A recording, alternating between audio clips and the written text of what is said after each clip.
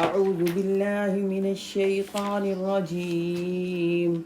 بسم الله الرحمن الرحيم. ألف لام ميم صاد. كتاب أنزل إليك فلا يكن في صدرك حرج منه لتنذر به وذكرى للمؤمنين. اتبعوا ما أنزل إليكم من ربكم ولا تتبعوا من دونه أولياء قليلا ما تذكرون. وكم من قرية أهلكناها فجاءها بأسنا بياتا أو هم قائلون. صدق اللہ العظیم.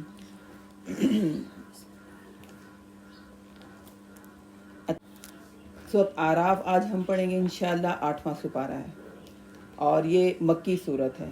اس سے پہلے جو ہم پڑھ رہے تھے وہ مدنی صورتیں تھیں. مکی صورت کا مضمون آپ کو پتہ ہے توحید، رسالت اور آخرت ہوتا ہے، اور مدنی صورت کے اندر مسائل ڈسکس ہوتے ہیں. تو ہم نے مدنی صورتیں کافی ساری پڑھ لی. اب پہلی صورت ہے جو مکی صورت ہے. اس کے اندر ہم توحید کی باتیں کافی ساری پڑھیں گے، رسالت کی پڑھیں گے، اور قیامت پر یقین کی باتیں کافی ساری پڑھیں گے. الف لام میم صاد یہ حروف مقطعات میں سے ہے. اس کو ہم پڑھتے ہیں جب بھی سورت کے شروع میں الف لام میم صاد یا کوئی بھی حرف لکھا ہوا ہوتا ہے تو ہم اس کو پڑھتے ہیں. اس کے مطلب تو اللہ رب العزت جانتے ہیں، لیکن ہر لفظ کے پڑھنے پر ہمیں 10 نیکیاں ضرور ملتی ہیں. تو ہم قرآن مجید کا حصہ سمجھتے ہوئے اس کو پڑھتے ضرور ہیں. کتاب انزل الیک یہ کتاب جو آپ کی طرف نازل کی گئی ہے، آپ اس میں کسی قسم کی دل میں کوئی گھٹن نہ محسوس کریں. اور لتنذر بہ وذکریٰ للمؤمنین آپ اس کے ذریعے ڈرائیے اور اس میں مومنین کے لیے ذکر بھی ہے. تو اس آیت کے اندر اللہ رب العزت کہہ رہے ہیں کہ جب بھی دعوت دی جاتی ہے تو ایسی بات نہیں ہے کہ جو دین کی دعوت دی جائے وہ سب کو آسان لگے، سب بہت جلدی اس کو قبول کر لیں. مشکل ہوتا ہے لوگوں کے لیے اس کو قبول کرنا، اتنا آسان نہیں ہے. لیکن اگر لوگ قبول نہیں کرتے تو اے نبی اکرم صلی اللہ علیہ وسلم آپ دل میں گھٹن، تنگی اور یہ نہ محسوس کیا کریں کہ لوگ کیوں نہیں ایمان لا رہے. تو آپ ڈراتے رہیں، آپ نصیحت کرتے رہیں، آپ کا کام پورا ہو جائے گا. لوگوں کا کام ہے کہ اس کی نصیحت کو قبول کریں یا نہ کریں. اگر وہ قبول نہیں کرتے تو آپ نے اس پر دل نہیں دکھانا. نبی اکرم صلی اللہ علیہ وسلم کا دل بہت زیادہ دکھتا تھا. جیسے ہمارے بچے بات نہ مانے تو ہمارا دل دکھتا ہے، تو نبی اکرم صلی اللہ علیہ وسلم تو اپنی امت سے بہت زیادہ پیار کرتے تھے، اور آپ کا دل اس بات سے دکھتا تھا کہ یہ ایمان قبول کیوں نہیں کر رہے، ہدایت قبول کیوں نہیں کر رہے، اپنا نقصان کیوں زیادہ کر رہے ہیں. تو ایک دائی کو مطمئن رہنا چاہیے کہ میرا کام پہنچا دینا ہے. اور اللہ رب العزت نے کہا کہ آپ نے ڈراتے رہنا ہے، آپ نے بار بار نصیحت کرتے رہنا ہے. یہ نہیں کہ ایک دفعہ کہا لوگ مان نہیں رہے، سن نہیں رہے، لہذا ہم چھوڑ دیں. ایسا کام نہیں کرنا. اتبعوا ما انزل الیکم من ربکم ولا تتبعوا من دونہ اولیاء قلیلا ما تذکرون. لوگوں تم سب پیروی کرو جو تمہارے رب کی طرف سے ہدایت آ گئی، یعنی قرآن مجید اور نبی اکرم صلی اللہ علیہ وسلم جو تمہاری طرف آ گئے ہیں تم ان کی پیروی کرو. ولا تتبعوا من دونہ اولیاء اس کے علاوہ کسی بھی سرپرست کی پیروی نہیں کرنی. تھوڑے ہو جو تم لوگ نصیحت قبول کرتے ہو. تو لہذا اس آیت کے اندر اللہ رب العزت کہہ رہے ہیں کہ دیکھو کوئی بھی کسی کی بھی تم نے پیروی نہیں کرنی. کوئی بھی لیڈر ہو جائے، کوئی بھی ماڈلز ہو جائے، کوئی بھی قائد ہو جائے، کوئی بھی معاشرے کا فرد ہو جائے، لہذا آپ نے وہی کو چھوڑ کر کسی کی بھی پیروی نہیں کرنی. آپ نے بات کس کی ماننی ہے؟ اللہ کی اور اس کے رسول کی. اس کے علاوہ کسی کی بھی نہیں، نہ لیڈر، نہ خاندان کی، نہ معاشرے کی. یہ بات اللہ رب العزت ہمیں بار بار سمجھاتے ہیں کہ تم نے پیروی کرنی ہے تو اللہ کی کرنی ہے. وَكَمْ مِنْ قَرْيَةٍ أَهْلَكْنَا کتنی ہی بستیاں ایسی ہیں جن کو ہم نے ہلاک کر دیا، اور ان پر جب ہمارا عذاب آیا بَيَاتًا وَهُمْ نَائِمُونَ رات کے وقت آیا اور وہ سو رہے تھے.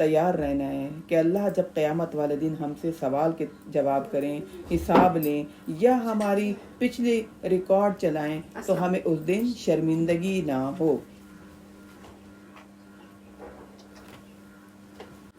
تو قیامت والے دن اللہ تعالیٰ کہہ رہے ہیں سب کے نامہ اعمال کھلیں گے۔ انسان اس بات کو یاد رکھو کہ اللہ تم سے غافل نہیں ہے۔ والوزن یومئذ الحق، اس دن انصاف کے ساتھ اعمال کا وزن کیا جائے گا، اور جس کے بھاری نکلے وہ فلاح پا جائیں گے، اور جس کے اعمال وزن میں ہلکے نکلے وہ تو ایسے لوگ ہوں گے جنہوں نے اپنا خود ہی نقصان کیا اس وجہ سے کہ وہ اللہ کی آیات کے ساتھ ظلم کرتے تھے۔ یہاں اللہ نے کہا وزن کیا جائے گا، وزن کی بات ہو رہی ہے نیکیوں کے معاملے میں، تعداد کی بات نہیں ہو رہی۔ اللہ رب العزت کوالٹی کو دیکھتے ہیں، کوانٹٹی کو نہیں دیکھتے، ٹھیک ہے۔ ہمارا 33 مرتبہ سبحان اللہ بھی پڑھنا اللہ رب العزت کے لیے شعور کے ساتھ، اخلاص کے ساتھ، دل کے ساتھ ہے یا نہیں ہے؟ کوئی 1000 مرتبہ پڑھنے کی ضرورت نہیں ہے۔ اللہ کہہ رہے ہیں کہ اس دن والوزن یومئذ الحق فمن ثقلت موازینہ فاولئک هم المفلحون، انصاف کے ساتھ اس دن وزن کیے جائیں گے سب کے اعمال، اور جس کے وزن بھاری ہو گئے وہ کامیاب ہو جائیں گے، اور جس کا وزن اعمال میں ہلکا ہو گیا وہ ناکام ہو گیا۔ تعداد میں چاہے بہت زیادہ ہوں لیکن اخلاص نہیں ہوگا تو ان اعمال کی وزن نہیں ہوگا۔ تو لہذا جو بھی اعمال کرنا ہے دل کے ساتھ کرنا ہے، اخلاص کے ساتھ کرنا ہے، اللہ کو راضی کرنے کے لیے کرنا ہے، اور استقامت کے ساتھ کرنا ہے، اس پر ہمیشگی اختیار کرنی ہے۔ یہ نہیں کہ ایک دن تو ہم 100 نفل پڑھ لیں، ایک دن تو ساری رات جاگیں اور اگلے دن ہم کہیں اب ہم سے فرض نہیں پڑھا جا رہا، اور شیطان ہمیں تھپکی دے کوئی بات نہیں، کل بہت زیادہ عبادت تو کر لی ہے نا۔ جو بھی عبادت کریں، جو بھی نیکی کا کام کریں، اخلاص کے ساتھ، سچی نیت کے ساتھ، اور اس کے علاوہ تھوڑا چاہے کریں لیکن اس پر استقامت اختیار کریں، روزانہ کریں۔ یہ دین کے اعمال، یہ نیکیاں جوش کے ساتھ ایک دن کرنے والا عمل نہیں ہے، روزانہ اللہ کے ساتھ تعلق جوڑیں۔ ہمیں خود بھی ہمارے بچے اگر مدر ڈے یا فادر ڈے منائیں ہمیں اچھا نہیں لگتا، ہم کہتے ہیں روزانہ ہمیں ملے، روزانہ ہماری کیئر کریں، روزانہ ہماری دل جوئی کریں، چاہے تھوڑی دیر آئیں بیٹھیں، روزانہ ہمیں اپنی شکل دکھیں۔ ہم کہتے ہیں یہ کیا بات ہو کہ سال بعد تم آؤ، یا 5-6 مہینے بعد 2-3 گھنٹے بیٹھ جاؤ، کوئی اب کوٹا پورا ہو گیا، نہیں، ہم کہتے ہیں روزانہ آؤ، شکل دکھاؤ، پھر دل کو تسلی ہوتی ہے، پھر اطمینان ملتا ہے۔ تو اللہ رب العزت اپنے بندوں سے بہت زیادہ پیار کرتے ہیں، کیا والدین اپنے بچوں سے پیار کرتے ہوں گے؟ تو اللہ رب العزت بھی چاہتے ہیں کہ بندہ اپنے اچھے اعمال اللہ کو تحفتاً بھیجے، اعمال کی صورت میں، دعاؤں کی صورت میں، توبہ استغفار کی صورت میں، صدقہ خیرات کی صورت میں اللہ رب العزت کو تحفہ بھیجے، لیکن وہ تحفے ہمیشہ کے ہوں، سال بعد نہیں۔ اور جن کے وزن ہلکے ہو گئے وہ خود ہی اپنے اوپر انہوں نے ظلم کیا۔ کیا ظلم کیا؟ بما کانوا بآیاتنا یظلمون، سنتے رہے لیکن سنی انسنی کرتے رہے، عمل نہیں کیا۔ تو اللہ رب العزت کہہ رہے ہیں ایسے لوگ جنہوں نے خود اپنے اوپر ظلم کیا تو اللہ کیا کرے، پھر ان کے اعمال وزن میں ہلکے ہو جائیں گے۔ اور ہم نے تمہیں زمین میں جگہ دی، اور ہم نے بنایا تمہارے لیے اس دنیا کو معاشہ، زندگی گزارنے کا، یہاں پر سامان بھی ہم نے تمہارا بنایا، تھوڑے ہیں جو تم شکر کرتے ہو۔ تو اللہ تعالیٰ کہہ رہے ہیں تم نے دنیا میں نے تمہیں خوب نعمتیں دیں، ان نعمتوں کا ذکر کرو، اور پھر اس کے بعد اصل جو ہے نعمتوں کا ذکر یہ ہے کہ اللہ کی فرما برداری کرو، اس کا شکر ادا کرو۔ اس کے بعد اللہ تعالیٰ ہمارے سامنے قصہ آدم اور ابلیس شروع کر رہے ہیں، جو کہ ہم دوسری مرتبہ پڑھ رہے ہیں۔ پہلی مرتبہ ہم نے سورۃ بقرہ میں پڑھا، وہ تفصیل کے ساتھ تھا، یہاں پر بھی کچھ تفصیل کے ساتھ ہے۔ یہاں پر ان باتوں کا تذکرہ ہے جو وہاں پر نہیں تھا، یہاں پر دعا بھی ہے، اور پھر اس کے علاوہ ان کا جنت سے نکالا جانا، اور پھر شیطان کے ارادے، ان سب کا ہم یہاں پر تذکرہ پڑھیں گے۔ اور ہم نے پیدا کیا تمہیں، اور پھر ہم نے تمہاری صورتیں بنائی، پھر ہم نے کہا فرشتوں سے کہ سجدہ کرو آدم کو، سب کے سب نے سجدہ کیا مگر ابلیس نے سجدہ نہیں کیا، اور وہ سجدہ کرنے والوں میں سے نہیں ہوا۔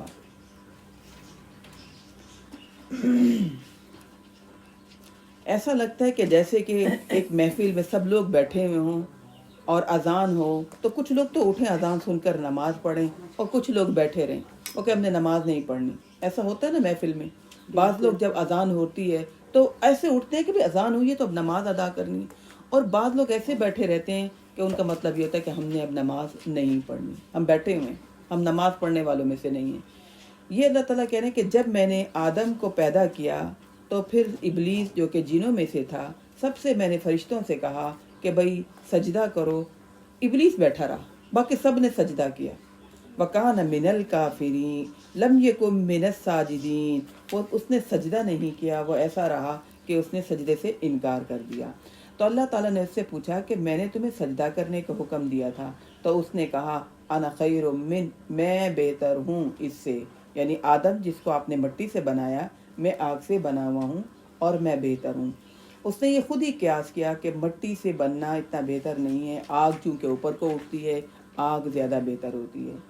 تو خلقتنی من نار وخلقتہ من طین، تو نے مجھے پیدا کیا ہے آگ سے اور اس کو تو نے پیدا کیا ہے مٹی سے۔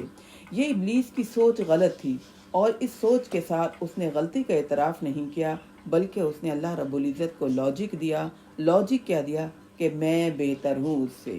ٹھیک ہے، ہم بھی تو بعض غلطیاں کر کے خود ہی لاجک دے دیتے ہیں اپنے آپ کو، کوئی اتنا بڑا گناہ تھوڑی کیا ہے، دیکھو اس سے زیادہ میں نیک ہوں، وہ تو اتنے بڑے گناہ کرتی ہے اور میں نے تو کم گناہ کیا ہے، میں اس سے تو بہتر ہوں نا، میں اس سے تو زیادہ نیک ہوں۔ تو شیطان نے بھی، اس کی سوچ غلط تھی، اس نے غلط لاجک دیا اور اس نے غلطی کا اعتراف نہیں کیا۔ لہذا شیطان انسان کے ذہن میں یہ باتیں ڈال دیتا ہے کہ ہم چھوٹی غلطی کر رہے ہیں، ہم بڑی غلطی نہیں کر رہے، اور اس نے خود ہی کہا کہ بھئی میں جو ہوں آگ سے پیدا ہوں۔ تو اللہ تعالیٰ نے فرمایا اتر جاؤ یہاں سے، تیرا حق یہ نہیں تھا کہ تو یہاں پر تکبر کرتا، لہذا اب نکلو یہاں سے، اور اب تم انک من الخاسرین، ذلیل لوگوں میں سے، ناکارہ لوگوں میں سے ہوگے۔ تو اس نے تکبر کیا، دوسروں کے مقابلے میں اپنے آپ کو تکبر میں ڈالنا اور پھر اس کے بعد بحث کرنا، یہ غلط بات ہے۔ اللہ کی بات نہ ماننا یہ بھی تکبر ہے۔ تو اللہ تعالیٰ نے کہا، اس نے پھر کہا انظرنی الی یوم یبعثون، اچھا اب آپ نے مجھے یہاں سے تو نکال دیا، اب آپ مجھے مہلت دیں۔ اللہ تعالیٰ نے کہا اچھا تمہیں مہلت دی جاتی ہے۔ اس نے جو ریکویسٹ کی اللہ رب العزت سے، اللہ کے خزانوں میں کمی نہیں ہے، اللہ کو کوئی فرق نہیں پڑتا۔ اللہ نے شیطان کی بھی بات مان لی، اس کی بھی دعا کو قبول کر لیا، کہا ٹھیک ہے تمہیں قیامت تک مہلت دی جائے گی، تمہیں ڈھیل دی جائے گی، تمہیں ابھی جہنم میں نہیں ڈالا جائے گا۔ پھر اس نے کہا اچھا، قال فبما اغویتنی لاقعدن لهم صراطک المستقیم، تو نے مجھے گمراہ کر دیا، اب میں، یعنی اس نے اپنی ساری غلطی کا قصور اللہ رب العزت پہ ڈال دیا، حالانکہ بات اس نے خود نہیں مانی۔ اس نے کہا کہ آپ نے، اللہ رب العزت سے کہا کہ اب آپ نے مجھے گمراہ کر دیا ہے، اب میں ضرور گمراہ کروں گا، میں بیٹھوں گا تیرے بندوں کے سیدھے راستے پر، انہیں گمراہ کرنے کے لیے سیدھے راستے پر، یعنی جو گمراہ ہو چکے ہیں، جو غلط کام کر رہے ہیں، جو لباس سے ننگے ہو چکے ہیں، جو ریانی اور فحاشی کے کام کر رہے ہیں، ان پر تو مجھے بیٹھنے کی ضرورت ہی نہیں ہے، ان پر مجھے محنت کرنے کی ضرورت نہیں ہے۔ اس نے کہا مجھے محنت ان پر کرنی ہے جو مسلمان ہیں، میں نے ان پر محنت کرنی ہے جو نیکی کے راستے پر لگ گئے، میں نے ان کو غافل کرنا ہے، میں نے ان کو سست کرنا ہے، میں نے ان پر وار کرنے ہیں، کس طرح، یہ میں نے ان پر محنت کرنی ہے جو گمراہ ہو چکے ہیں، جو بے دین ہو چکے ہیں، جو غیر مسلم ہیں۔ مجھے اس نے کہا ان کے پاس تو جانے کی ضرورت ہی نہیں ہے، انہوں نے خود ہی غلط راستہ چن لیا ہے، میری دشمنی ان سے نہیں، میں ان سے دوستی نہیں کروں گا، ٹھیک ہے، میں دوستی ان سے کروں گا جو تیری فرما برداری کریں گے، جو سیدھے راستے پر چلیں گے۔ میں ان کے پاس کیسے آؤں گا؟ میں ان کے پاس آگے سے بھی آؤں گا اور ان کے پیچھے سے بھی آؤں گا اور دائیں سے بھی آؤں گا اور پیچھے بائیں سے بھی آؤں گا، اور پھر میں جو ان کے ساتھ ان کو وسواس ان کے ڈالوں گا، خیالات جو ڈالوں گا، پھر تو دیکھنا کہ وہ ان میں سے کوئی بھی تیرا شکر نہیں کرے گا، تیرے ناشکر گزار بندے بن جائیں گے۔ آگے سے آنے کا مطلب یہ ہے کیونکہ آخرت نے اب آگے آنا ہے، تو آخرت کے بارے میں ان کو ڈھیلا کر دوں گا، قیامت آنے میں بڑی ڈیل ہے، ٹھیک ہے، اتنا نیک بننے کی ضرورت نہیں ہے، بہت دیر ہے ابھی، میں ان کو اس طرح ان کے ذہنوں میں یہ بات ڈالوں گا۔ اور پیچھے سے آنے سے مراد یہ کہ میں انہیں کہوں گا دنیا میں ایک ہی دفعہ تو آئے ہو، اتنی خوبصورت دنیا ہے، یا کچھ جمع کرو، کچھ بناؤ، یہاں دنیا میں کچھ نام پیدا کرو، لوگوں کو پتہ تو چلے کہ تم کتنی خوبیاں والے تھے۔ صرف دنیا میں انہیں مصروف کر دوں گا اور پھر اس کے علاوہ دائیں سے مراد یہ کہ دین کے بارے میں انہیں مشکوک کر دوں گا. ہر وقت نماز نہیں پڑھتے رہتے, ٹھیک ہے, کچھ روزے رکھ لیے بس کافی ہیں, اتنے روزے رکھنے کی ضرورت نہیں ہے. دین کے معاملے میں انہیں مشکوک کروں گا, اور بائیں سے میں ان کو آ کر گناہ کے کام سارے بڑے خوبصورت کر کے دکھاؤں گا. انہیں میں کسی طرح اکیلا نہیں چھوڑوں گا, ہر لحاظ سے میں ان پر پورا کا پورا کنٹرول کروں گا, دائیں سے بائیں سے آگے سے پیچھے سے, وسوسے ڈال کر خیالات ڈال کر نیک لوگوں پر ان کا قبضہ ہے. تو اب ہم نے کرنا کیا ہے, ہم نے بھی پھر الرٹ رہنا ہے, ٹھیک ہے. جیسے شیطان ہمیں نیکی سے دور کرے, سست کرے, لا حول ولا قوت الا باللہ العلی العظیم, اعوذ باللہ من الشیطان الرجیم, ٹھیک ہے. بس وسوسہ ڈال سکتا ہے, خیال ڈال سکتا ہے, کوئی زبردستی پکڑ کر ہمیں کوئی غلط کام نہیں کروائے گا. تو لہذا ہمارا ایمان, ہمارا رب کے ساتھ تعلق اتنا مضبوط ہونا چاہیے کہ ہم اپنے دشمن کو پہچانیں, یہ شیطان مجھے سست کر رہا ہے, فوراً اٹھ جائیں, فوراً الرٹ ہو کہ نہیں, دنیا کے اتنے کام کر لیے, بچوں کے لیے کھڑے ہو کر 2-3 گھنٹے کھڑے ہو کر کچن میں کام کیا, اب کیا نماز مجھ سے کیوں نہیں پڑھی جائے گی, یہ تو ضرور کام کروں گی. اور میں آپ کو بتاؤں, دنیا کے جتنے بھی ہم کام کرتے ہیں اس کا فائدہ دوسروں کو ہوتا ہے. جب ہم دین کا کام کرتے ہیں, جب ہم کوئی بھی نیکی کا کام کرتے ہیں, جب ہم فرائض کو ادا کرتے ہیں, اس کا فائدہ صرف اور صرف ہماری ذات کو ہوتا ہے. تو دوسروں کے بھی کام آئیں, لیکن اپنے آپ کو اگنور نہ کریں, اپنے ساتھ بھی خیر اور بھلائی والا معاملہ کریں. شیطان جب سست کرے, شیطان جب غفلت میں مبتلا کرے, فوراً الرٹ ہو, کہیں کہ نہیں, نیکی کا کام تو چھوڑنا ہی نہیں ہے, جہاں وہ کر لیا یہاں یہ بھی کریں گے. فوراً سمجھ جائیں کہ یہ شیطان کی غفلتیں اور سستیاں ہیں جو ہمارے اوپر حاوی ہو رہی ہیں. فوراً اٹھ جائیں اور وضو کر لیں, اور یا پھر لا حول ولا قوت الا باللہ پڑھیں. ذکر کریں گے تو شیطان بھاگ جائے گا. فوسوس لہم الشیطان, پھر شیطان نے ان دونوں کو بہکایا. پہلے تو اس نے اپنے خطرناک ارادہ بتایا, جو کہ خطرناک ارادہ اس کا رہتی دنیا تک چلے گا. پھر اس نے پھر کیا کیا, جو جنت میں تھے آدم اور حوا, ان دونوں کو بہکایا, اور ان کو بہکایا, ایسا ان کو وسوسے میں ڈالا, لیبدی لہما ما ووری عنہما من سوآتہما, اور پھر جیسے ہی انہوں نے شیطان کی بات مانی تو جسم سے لباس اتر گیا. آج بھی جو لباس مختصر ہوتا جا رہا ہے, اس لیے ہوتا جا رہا ہے, شیطان کی بڑی کوشش ہے کہ ہمارا لباس کم کروائے, ہمارا لباس مختصر کروائے, نافرمانی کے کام کروائے. تو نافرمانی کے کام میں سب سے پہلے وہ کہتا ہے دوپٹہ اتارو, پھر سلیو کی تو ضرورت ہی نہیں ہے, گرمی بہت ہے, ٹھیک ہے نا, پھر اتنا ٹائٹ لباس پہنو. یہ ابھی ہم پڑھیں گے لباس کے بارے میں بھی. تو لہذا جیسے ہی انہوں نے آدم اور حوا نے اس کی بات مانی شیطان کی, تو لیبدی لہما ما ووری عنہما من سوآتہما, وہ جو انہوں نے ایک دوسرے سے جسم چھپایا ہوا تھا, ایک دوسرے کے سامنے ان کا جسم کھل گیا. اور پھر وقال ما نہاکما, اور اللہ رب العزت نے کہا کہ میں نے تمہیں منع نہیں کیا تھا اس درخت سے, کہ اس درخت کے قریب نہ جانا, ٹھیک ہے, الا ان تکونا ملکین او تکونا من الخالدین. شیطان کی کوشش, ہاں قال اخرج منها مذموما, نکل جائے یہاں سے, ہاں, یہ والی رہ گئی.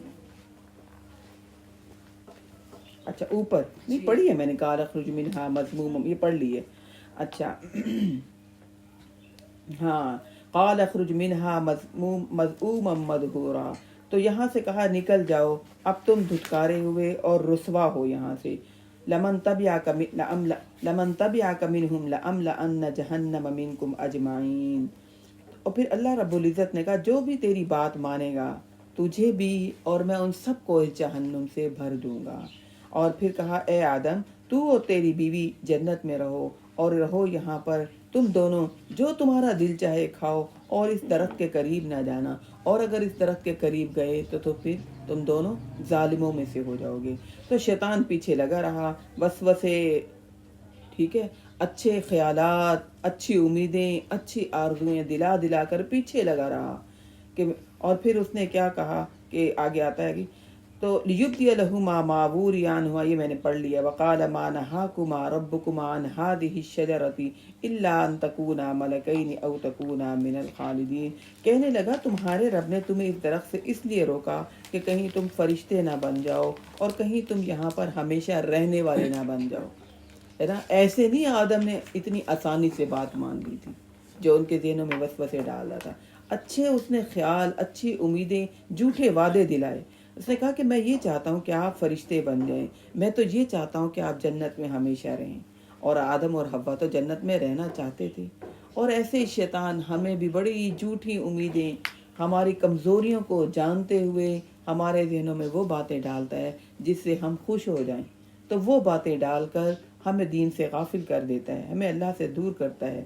اور وقاسمہما، اور پھر اس نے قسمیں کھائیں کہ بے شک میں تو تمہارا خیر خواہ ہوں، لہذا فدلاہما بغرور، اس کے دھوکوں نے ان دونوں کو مائل کر دیا۔ پھر جیسے ہی انہوں نے درخت کا پھل کھایا، بدت لہما سوآتہما، تو ان دونوں کی شرمگاہیں ظاہر ہونے لگیں، اور پھر اس کے بعد وہ دونوں یخصفان علیہما من ورق الجنہ، جنت کے پتے اٹھا کر اپنے آپ کو چپکانے لگے۔ حیات تو فطرت میں تھی نا، حالانکہ دو میاں بیوی تھے، ہے نا، دو میاں بیوی تھے، لیکن فوراً انہوں نے پتے اٹھائے اور اپنے جسم کو چھپانے لگ گئے۔ جیسے کہ ہمارے ہاں چھوٹا سا بچہ، 1 سال کا بچہ بھی بڑا اس بات کو ناپسند کرتا ہے کہ میرا پیمپر کسی کے سامنے چینج نہ کریں۔ وہ جتنا بڑا ہوتا جاتا ہے ہم سب کے سامنے پیمپر بھی چینج کرتے ہیں، اور وہ گندی بے حیائی والی چیزیں دیکھتا رہتا ہے سوشل میڈیا کے ذریعے، پھر وہ ہوتا ہی ہے کہ وہ پورا کا پورا بے حیا بن کے کھڑا ہو جاتا ہے۔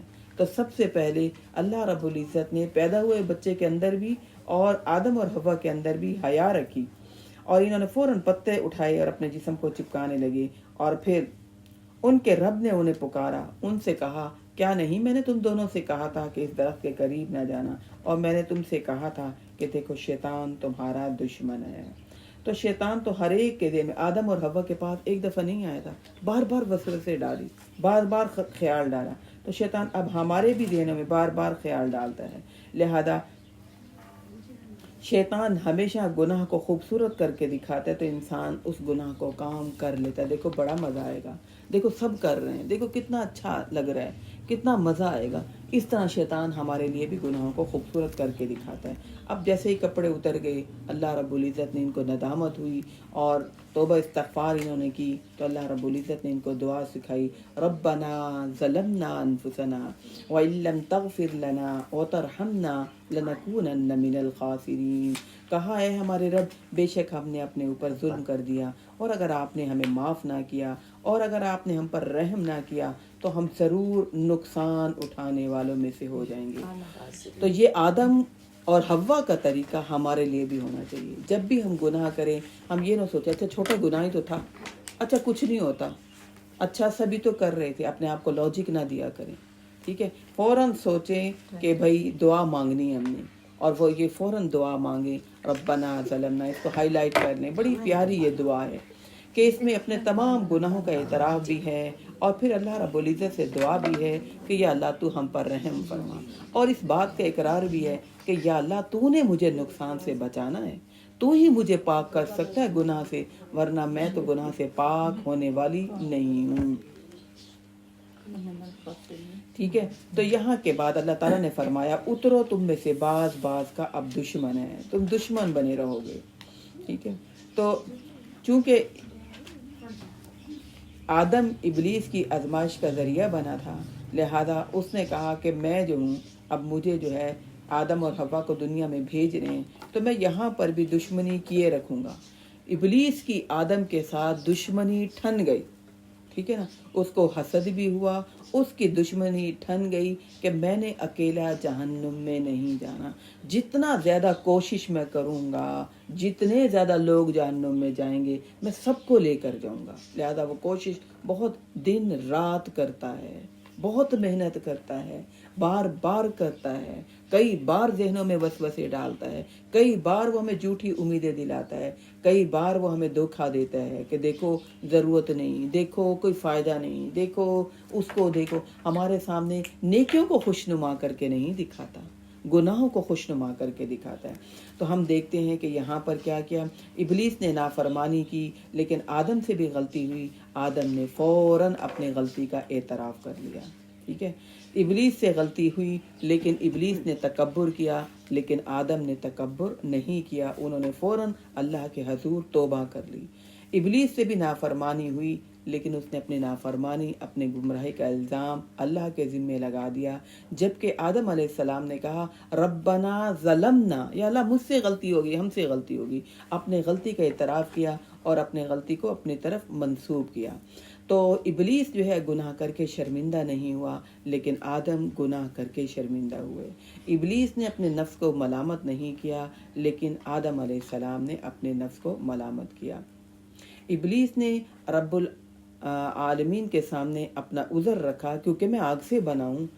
آدم علیہ السلام نے کوئی عذر نہیں کیا، انہوں نے فوراً اللہ سے توبہ کی اور انہوں نے کہا کہ اللہ میں آپ کی رحمت سے مایوس نہیں ہوں، آپ مجھے معاف کر دیں۔ تو یہ ایک مومن کا طریقہ ہونا چاہیے۔ اگر ہم پھر یہ آدم والا طریقہ نہیں اپنائیں گے تو اس کا مطلب یہ کہ ہم شیطان والا طریقہ اپناتے ہیں، ہم شیطان کو دوست بناتے ہیں، اور شیطان تو دھتکارا ہوا ہے، اللہ کی رحمت سے دور ہے۔ غلطی ہم سے ہو سکتی ہے، ہر قدم قدم پر ہم غلطی کرتے ہیں، کیونکہ ہم فرشتے تو ہیں نہیں، ہم نوری مخلوق نہیں ہیں، بلکہ اللہ رب العزت کو ان بندوں پر زیادہ پیار آتا ہے جب غلطی کرتے ہیں اور پھر فوراً معافی مانگتے ہیں۔ ہم اپنے بچوں میں سے دیکھتے ہیں نا، 5-6 بچے ہیں، ایک بچہ فوراً سوری کرتا ہے، ہمیں اس پر پیار آ جاتا ہے، اور ایک بچہ اکڑا کھڑا رہتا ہے، اسے کہتے ہیں معافی مانگو، سوری کرو، کہتا نہیں میں نہیں کروں گا۔ اچھا مانگ لو، بہن بھائی کہہ رہے ہوتے ہیں کر لو، کیا ہوا، ماما ناراض ہو رہی ہیں، بات ختم ہو جائے گی، لیکن وہ اکڑا رہتا ہے، وہ کہتا ہے نہیں ماما بھی تو مجھے پیار نہیں کرتی ہے نا، اس کا یہی انداز ہوتا ہے۔ تو ہم نے ایسا انداز نہیں اپنانا۔ اللہ رب العزت ہم سے بہت پیار کرتے ہیں۔ ہم جب غلطی کرتے ہیں اور جب اللہ سے معافی مانگتے ہیں، اللہ ہمیں اپنے قریب کر لیتے ہیں، ہمارے آنکھوں سے ایک آنسو نکلتا ہے، اللہ رب العزت فرشتوں کے سامنے فخر محسوس کرتے ہیں، دیکھو بھول چک ہو جاتی ہے، میرے بندے سے غلطی ہو گئی، اس محفل میں بیٹھے رہے، جیسے ہی یاد آیا فوراً اٹھا، دیکھو انہوں نے آنکھوں سے غلط چیز دیکھ لی، سن لی، لیکن جیسے ہی یاد آیا فوراً ربنا ظلمنا انفسنا وَإِن لَّمْ تَغْفِرْ لَنَا وَتَرْحَمْنَا لَنَكُونَنَّ مِنَ الْخَاسِرِينَ۔ اللہ رب العزت فرشتوں سے کہتے ہیں گواہ ہے نا، میں نے ان کو معاف کر دیا، اس نے اپنی غلطی کا اعتراف کر لیا۔ تو غلطی کا اعتراف کرنے سے ہم کچھ چھوٹے نہیں ہو جاتے، بلکہ اللہ کے ہاں مقرب ہو جاتے ہیں۔ اسی طرح انسانوں کے سامنے بھی غلطی کا اعتراف کرنے سے ہم ان کے ہاں پسندیدہ ہو جاتے ہیں، ان کے ہاں بھی اللہ رب العزت، میں نے کل آپ کو حدیث سنائی تھی نا، نبی اکرم صلی اللہ علیہ وسلم نے قسم کھا کر فرمایا، آپ نے فرمایا جو لوگوں سے معافی مانگ لیتا ہے یا لوگوں کے سامنے اپنا بڑا پن دکھاتا ہے، عاجزی اختیار کرتا ہے، اللہ کی قسم اللہ رب العزت اسے عزت بھی دیتے ہیں اور اس کے درجات بھی بلند ہو جاتے ہیں۔ تو لہذا معافی مانگنی ہے، یہ نہیں کہ میں بہت بڑی، چھوٹے کو معافی مانگنی چاہیے، کوئی بات نہیں، بڑے بھی معافی مانگنے، کیا بڑے نہیں غلطی کر سکتے؟ ساری غلطیاں چھوٹوں نہیں کرنی ہوتی ہیں، بڑوں سے بھی غلطیاں ہو جاتی ہیں، بلکہ بڑوں سے آج کل زیادہ غلطیاں ہوتی ہیں، چھوٹوں کو بہت شعور آتا جا رہا ہے، ٹھیک ہے؟ تو بڑوں نے بھی معافی مانگنی ہے، چاہے چھوٹوں سے مانگنی پڑے چاہے کسی سے بھی مانگنی پڑے، معافی مانگے بات ختم ہو جائے۔ مسلمان معافی مانگ دیتا ہے، مسلمان اللہ کو بھی سوری کہہ کر معافی مانگتا ہے اور بندوں کو بھی سوری کر دیتا ہے۔ تو لہذا ہم نے موازنہ دیکھا کہ آدم اور ابلیس ان دونوں نے کیا کام کیے، اور پھر آدم کی غلطی معاف ہو گئی اور حوا اس کی ابلیس کی غلطی تکبر کی وجہ سے معاف نہیں ہوئی۔ تو اللہ رب العزت نے کہا کہ اچھا تم دنیا میں جاؤ، ٹھیک ہے؟